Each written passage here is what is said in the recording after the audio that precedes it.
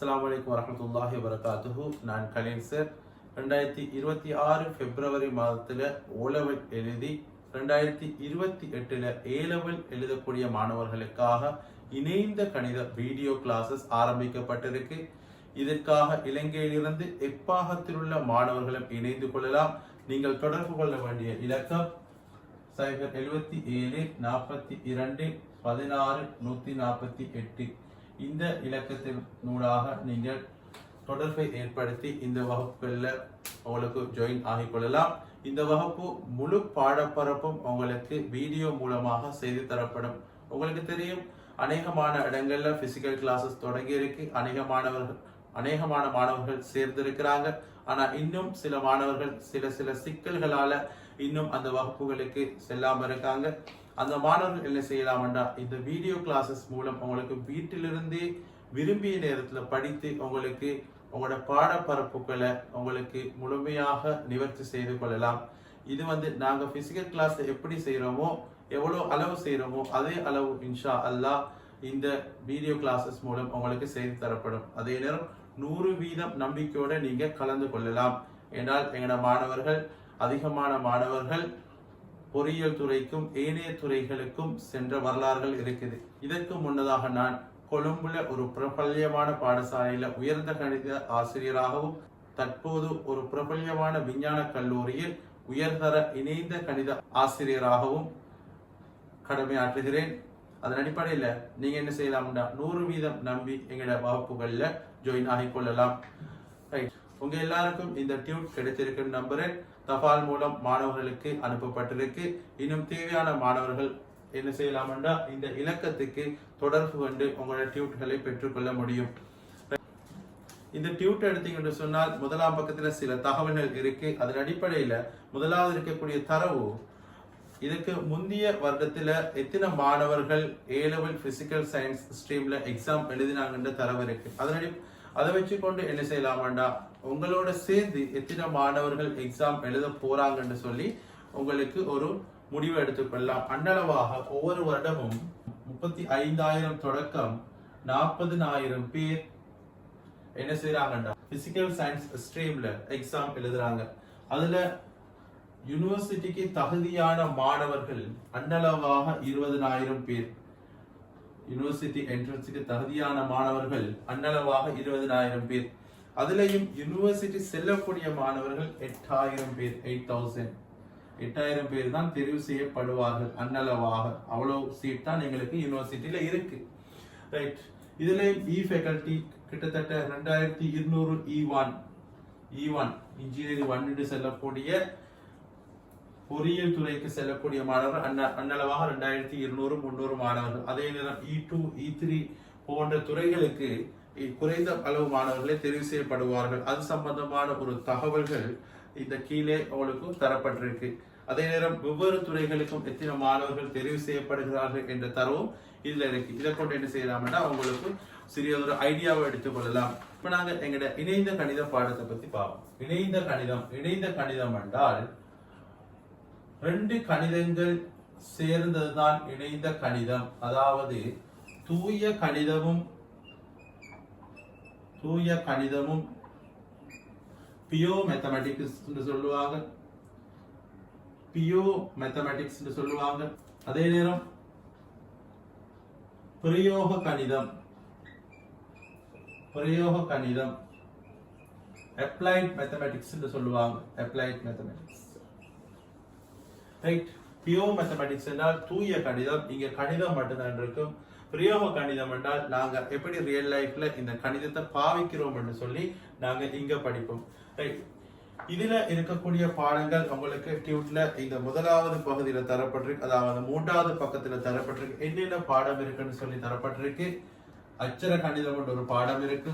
இது சம்பந்தமான அறிவு உங்களுக்கு ஏற்கனவே இருக்கும். அச்சர கணிதம் என்ற ஒரு பாடப்பகுதி இருக்கு.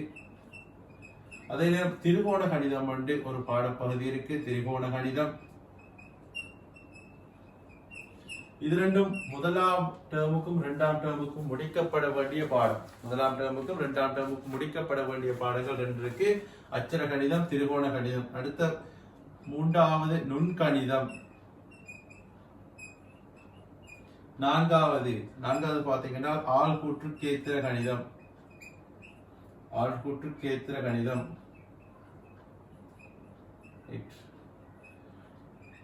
கேத்திர கணிதம் இதுதான் தூய கணிதத்தில் இருக்கக்கூடிய மெயின் ஹெடிங்ஸ். இதான் இந்த பகுதிக்கு கீழே சப் ஹெடிங்ஸ், அநேகமான சப் ஹெடிங்ஸ் இருக்கு, அதிகமான சப் ஹெடிங்ஸ் இருக்கு.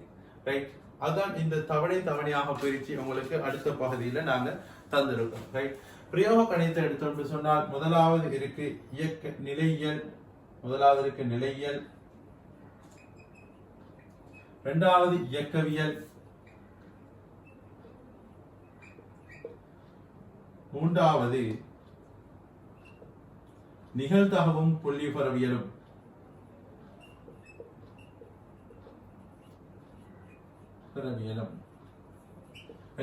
இது மூணு தான் இங்க வரக்கூடிய மெயின் ஹெடிங்காக இருக்கும். இதுக்குள்ள சப் ஹெடிங்ஸ் இருக்கு, அதை நாங்க இங்க கீழே பிரிச்சு போட்டிருக்கோம். அது இப்போதைக்கு எங்களுக்கு தேவையில்லை, நாங்க அது பொறுப்பு பார்த்துக் கொள்ளலாம். அந்தந்த பாடங்கள் வரும்போது என்னென்ன சப் ஹெடிங் இருக்குன்னு சொல்லி நாங்க பார்த்துக் கொள்ளலாம்.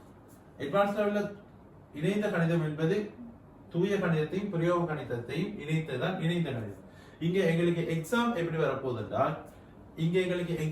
வரப்போகுதுன்றால் தூய கணிதம் ஒரு பேப்பராக இருக்கும். தூய கணிதம் ஒரு பேப்பர், அது இணைந்த கணிதம் 1 என்று சொல்லுவோம். இணைந்த கணிதம் 1, இணைந்த கணிதம் 1, இணைந்த கணிதம் 1. இது 3 மணித்தியால பேப்பராக இருக்கும். 3 மணித்தியால பேப்பராக இருக்கும்.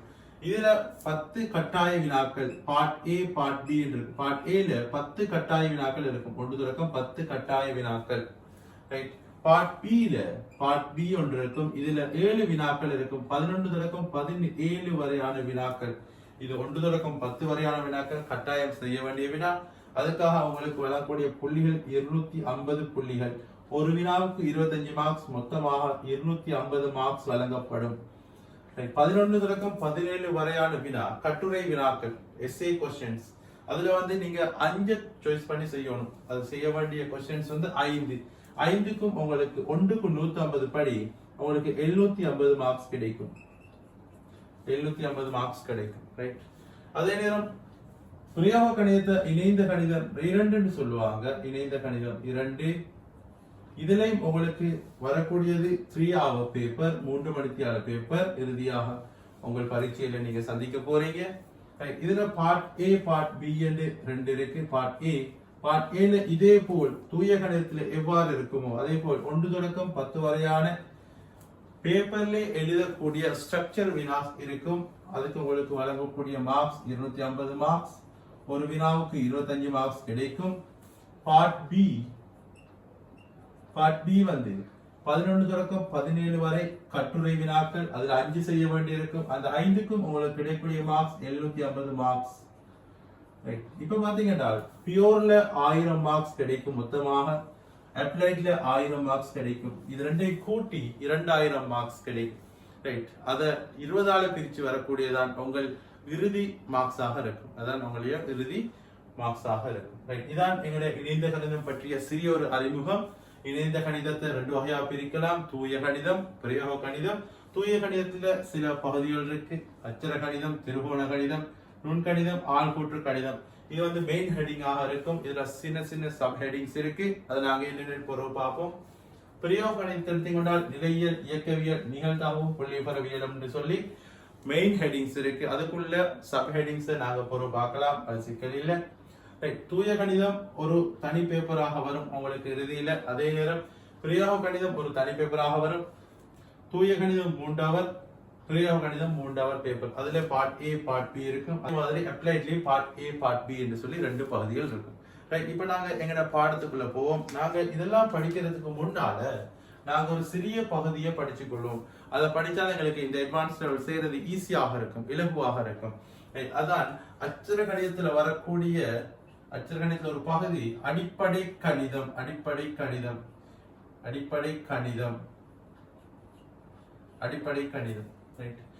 இத படிக்கிறது எங்களுக்கு இந்த அட்வான்ஸ் லெவல் படிக்கிறதுக்கு இலகுவாக இருக்கும். அதாவது ஓ லெவல்ல இருந்து வரக்கூடிய நீங்க இன்னும் கொஞ்சம் ஓ லெவல்ல தாண்டிய ஒரு அறிவை பெற்றுக் கொள்வதற்காக இந்த அடிப்படை கணிதம் படிக்கிற நாங்கள். அதாவது தீர்வுகளா இருக்கலாம், காரணிப்படுத்தலா இருக்கலாம், மடக்கைகளா இருக்கலாம், சுருக்கல்களா இருக்கலாம்.